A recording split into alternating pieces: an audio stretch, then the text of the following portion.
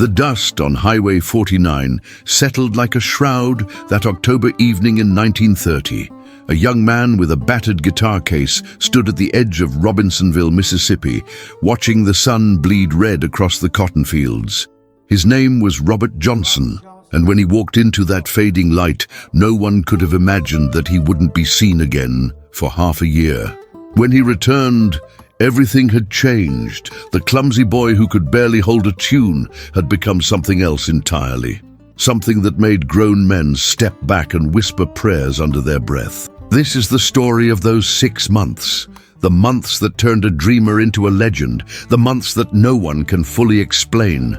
Few know what really happened during Robert Johnson's disappearance. The witnesses are long gone, the roads have been paved over, and the truth has been buried beneath decades of speculation and fear. But the echoes remain, in the music that still makes your spine tingle, in the stories that old bluesmen refuse to tell after dark. This story walks the line between history and mystery, between what we know and what we can only imagine. And perhaps that's exactly where the truth has always lived, in that space between the seen and the unseen, between the note played and the silence that follows. Before we walk down this road together, if you want to journey deeper into the souls who touched the impossible, hit that subscribe button and turn on notifications. Because here at Soul Chronicles, every story carries a secret that needs to be heard. And when you're done, leave a comment telling me which blues legend you want me to uncover next, because these stories, they don't end, they just keep playing on. The young Robert Johnson was, by most accounts, unremarkable. He'd show up at juke joints around Robinsonville and Clarksdale, eager to sit in with the established musicians. Men like Son House and Willie Brown, giants of the Delta blues who'd been playing since before Robert was born. They'd let him try, mostly out of pity or politeness, and every time it ended the same way.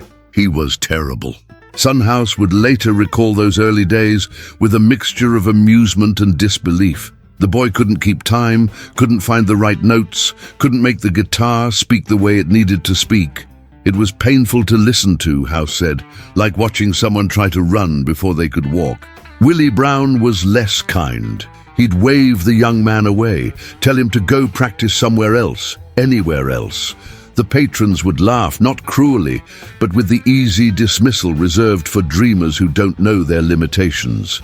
Robert's wife at the time, a woman named Virginia Travis, had just died in childbirth.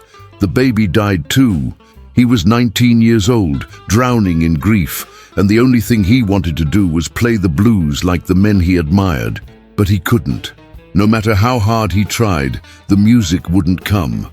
And then, one day in October, he simply vanished. No goodbye to his friends, no word to his family. He packed a bag, took his guitar, and walked out of Robinsonville like a man walking into his own grave. Some said he went south, others swore they saw him heading east toward the river. A few claimed he never left at all, that he'd been hiding in the woods the whole time, practicing in secret. But the truth is, nobody knew. For 6 months, Robert Johnson became a ghost. The Mississippi Delta in 1930 was a hard place to disappear. Everyone knew everyone. The black community was tight-knit by necessity. Survival demanded it under the crushing weight of Jim Crow. A young man traveling alone would be noticed, remembered, questioned. The roads were dangerous. The night was full of things worse than darkness. Yet somehow, Robert vanished completely, like he'd stepped through a door that only he could see. During those months, strange stories began to circulate. A plantation worker in Hazelhurst claimed he'd seen a young man matching Robert's description, sitting at a crossroads at midnight, playing guitar to no one. The strings, the worker said, seemed to glow in the moonlight, though he admitted he'd been drinking and couldn't be sure of what he'd seen. A woman in Beauregard reported hearing guitar music coming from an abandoned church, music so beautiful it made her weep. When she went to investigate, there was no one there, just silence and the smell of sulfur hanging in the air. A traveling preacher told of encountering a young musician on a back road, playing with a skill that seemed impossible, inhuman. When the preacher asked where he'd learned to play like that, the young man just smiled and said, I met a man who showed me how to tune my guitar different. Were these stories about Robert Johnson? Or were they just the Delta, doing what it always did, weaving myth and reality together until you couldn't tell where one ended and the other began? There's a man in these stories who appears again and again. A tall man in a black suit and hat. Some say he had eyes that caught the light wrong. Others say he never spoke, just smiled. He appears at crossroads, in dreams, in moments of desperate longing. The old folks called him by many names, but they all meant the same thing. The one who grants wishes, the one who makes deals, the one you meet when you're willing to trade anything for what you want most. In the African-American tradition of the Delta, the crossroads held power. It was a place between places, a threshold where the spiritual world pressed close to the physical. Hoodoo practitioners would go to crossroads to work their spells. Musicians would go there to tune their instruments, believing the spirits of dead players lingered there, willing to share their secrets with those brave enough or desperate enough to ask. Did Robert Johnson go to a crossroads? Did he meet someone there, something there that changed him forever? Or did he simply find a teacher, a flesh and blood man with extraordinary skill, someone willing to show him the techniques that other musicians guarded jealously? The legendary bluesman Ike Zimmerman is often mentioned in this context. Zimmerman lived in Beauregard, Mississippi, and was known as a brilliant guitarist with unusual methods. Some say he practiced in graveyards at night, believing the spirits of the dead would guide his fingers. He was reclusive, selective about who he'd teach. Years later, researchers would discover that Robert Johnson had indeed spent time in Beauregard during his disappearance. He may have studied with Zimmerman, learning not just technique, but the spiritual approach to the blues that made the music feel alive, dangerous, sacred. Zimmerman would teach him to play in unconventional tunings, to use his thumb as a bass note while his fingers danced out melodies on the higher strings, to make one guitar sound like two or three or an entire band. These weren't tricks, they were transformations of the instrument itself. But even this explanation, as plausible as it is, doesn't fully account for what happened next. In the spring of 1931, a figure appeared on the edge of a juke joint in Banks, Mississippi. The crowd was thick that Saturday night, workers blowing off steam after a brutal week in the fields. Son House was playing, his guitar roaring with that raw, sanctified power that made people shout and stomp. Then someone called out, "Hey, ain't that Robert?" The music stopped. Son House looked up, squinting through the smoke and dim light. The young man standing in the doorway looked like Robert Johnson, but something was different. He stood straighter. His eyes had a new intensity, and under his arm was a guitar that looked like it had been through hell and back. "Robert," Son House said, "that you, boy?" The young man smiled. "It's me, Mr. House. I've been away, but I'm back now." Willie Brown laughed. "Well, come on then. Let's hear what you learned. Can't be worse than before." Robert walked to the front of the room. The crowd parted for him, curious, expecting another disaster. He sat down on a wooden stool, tuned his guitar with quick, confident movements, and began to play. The first note silenced the room. It wasn't just good. It wasn't just skilled. It was something beyond category, beyond comparison. His fingers moved across the strings with impossible speed and precision. The guitar didn't just make sounds, it spoke, cried, laughed, screamed. Bass lines thundered while melodies soared overhead. The rhythm was hypnotic, pulling you in, making your body move without permission. Son House would later say he felt his blood run cold. This wasn't the same person. It couldn't be.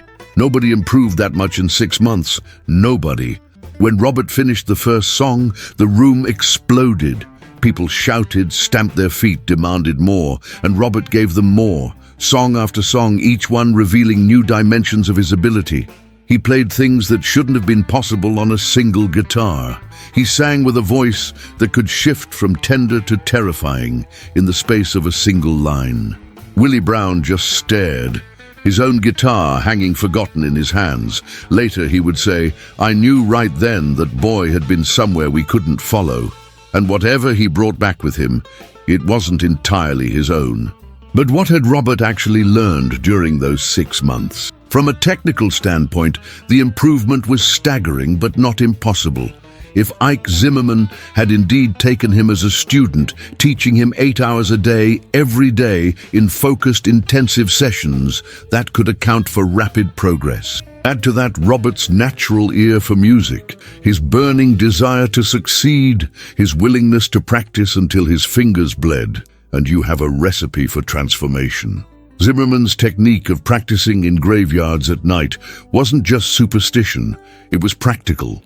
The isolation eliminated distractions. The spiritual atmosphere focused the mind.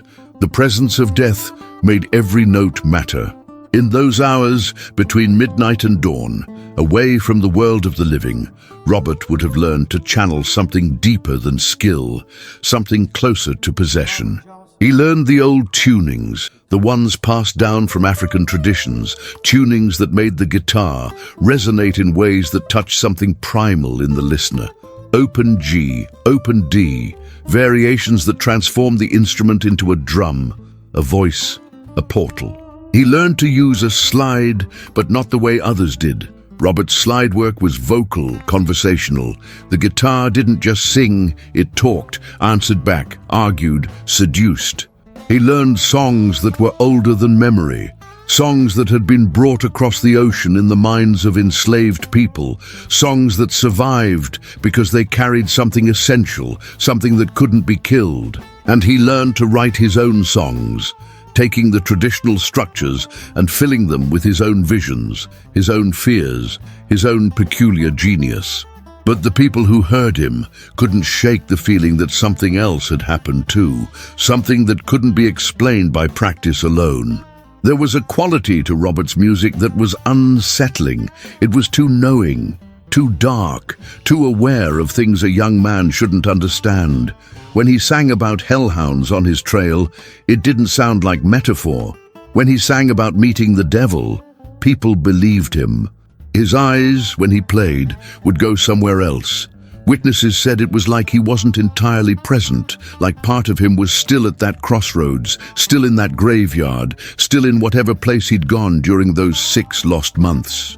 And the songs themselves carried weight. They had power. Women would weep without knowing why. Men would feel their sins rising up in their throats. The music didn't just entertain, it convicted, accused, revealed. This is where the legend really takes hold. This is where history blurs into myth and we're left with questions that have no easy answers. Did Robert Johnson sell his soul to the devil at a crossroads in exchange for musical genius?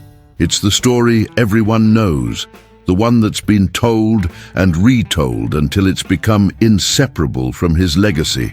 And Robert himself never denied it. In fact, he seemed to encourage the speculation, dropping hints in conversation, letting people believe what they wanted to believe. Why would he do that? Perhaps because the mystery served him. A man who made a deal with the devil was more interesting than a man who simply practiced hard. The supernatural narrative gave him power, made him memorable, set him apart in a crowded field of talented musicians. Or perhaps because it was true, in a way that goes beyond literal interpretation. Maybe Robert had encountered something during those 6 months, something that felt like a bargain with forces beyond his control. Maybe he'd given up something essential, some part of his innocence or hope, in exchange for the ability to channel the darkness that lived in the Delta, in the history of his people, in his own broken heart. The crossroads, after all, is a real place, not just a geographical location, but a moment of decision. Every artist faces it.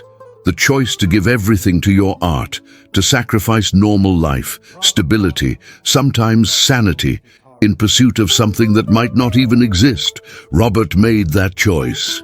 And maybe that was the deal, not with a devil in a black suit, but with the demands of genius itself. In the 2 years following his return, Robert Johnson's reputation grew. He traveled constantly, playing in juke joints and on street corners, at house parties and work camps. He moved through the Delta like smoke, never staying long, always restless, always searching for the next audience, the next song, the next moment. He recorded twice, in 1936 and 1937, sessions that produced just 29 songs. But those songs would change music forever. They would influence everyone from Muddy Waters to the Rolling Stones, from Eric Clapton to the White Stripes. They contained the DNA of rock and roll, of modern blues, of American music itself. But Robert remained haunted. Friends said he was paranoid, always looking over his shoulder, convinced something was following him. He drank heavily. He womanized compulsively.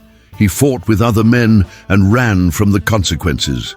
It was like he was trying to outrun something that couldn't be outrun. In his songs, the imagery is consistent. Crossroads where you have to choose your path, hellhounds tracking you down. A need to keep moving, keep running, because if you stop, something will catch you. These weren't just blues conventions, they were confessions. In 1938, at the age of 27, Robert Johnson died in mysterious circumstances, poisoned most likely by a jealous husband. He suffered for days, reportedly crawling on his hands and knees, barking like a dog. His last words, according to some, were about the devil coming to collect. And so the legend was complete. The man who disappeared for 6 months, who returned with impossible talent, who lived fast and died young, who left behind music that still raises the hair on the back of your neck. But what really happened during those 6 months? We know some facts. Robert went to Beauregard. He likely studied with Ike Zimmerman. He practiced obsessively, learning techniques that were revolutionary for the time. He absorbed the spiritual traditions of the Delta, the hoodoo practices, the belief systems that saw no separation between the sacred and the profane, between music and magic. He transformed himself through will and work and an almost superhuman dedication to his craft. That's the rational explanation, and it's probably true. But it's not the whole truth, because the whole truth includes the atmosphere of the Delta in that era, a place where the boundary between the real and the unreal was thin, where people lived with one foot in the practical world and one foot in the spiritual realm, where music wasn't entertainment, it was conjuring, where a guitar in the right hands could summon spirits, cast spells, open doors. The whole truth includes the testimonies of people who heard Robert play and swore they heard multiple guitars, saw his fingers move too fast to follow, felt the room grow cold despite the summer heat. The whole truth includes the songs themselves, which contain knowledge that Robert shouldn't have had, darkness that feels older than one man's life. Maybe Robert Johnson did meet someone at a crossroads. Not the devil, perhaps, but something. A manifestation of his own genius, a spirit that recognized his hunger and showed him the way, an ancestor who passed down secrets that had been waiting for the right vessel. Or maybe he met nothing but himself, the deepest version of himself, and had to die and be reborn to become the musician he was meant to be. Maybe those 6 months were a kind of initiation, a shamanic journey where he descended into his own underworld and brought back treasures that would sustain him for the rest of his short life. We'll never know for certain. The only person who could tell us the truth is long dead. And even if he were here, would we believe him? Would he tell us? Or would he just smile that enigmatic smile and start playing, letting the music speak the truths that words can't hold? What we do know is this. Something happened during those 6 months that transformed Robert Johnson from a mediocre musician into a legend. Whether that something was hard work, supernatural intervention, or some combination of both, the result is undeniable. He came back different, and the music he brought back with him still echoes through our world, nearly a century later. When you listen to those recordings, crackling and distant through the decades, you can still hear it. The longing, the dread, the ecstasy. The sense of a man playing like time is running out, like every note might be his last. You can hear the crossroads in the music, The moment of choice, the bargain, whatever it was, the price paid and the gift received. And sometimes, if you listen late at night, when the world is quiet and your defenses are down, you can almost hear what Robert heard during those 6 months. The voice that taught him, the truth that changed him, the song that was playing all along, just waiting for someone brave enough or desperate enough to learn it. The day Robert Johnson disappeared, a boy walked away from everything he knew. 6 months later, a legend walked back. And in between, in that space we can't quite see or understand, the transformation happened. Maybe it was practice, maybe it was magic, maybe it was both. All we have are the songs, and they're enough, more than enough, they're everything. If this story sent chills down your spine, hit that like button and subscribe to Soul Chronicles, because every soul has a song to be told. And these legends, they never really die, they just keep playing in the dark. Drop a comment and tell me which blues mystery you want me to uncover next, because this journey through the crossroads of music and myth is just beginning, and I want you walking beside me every step of the way.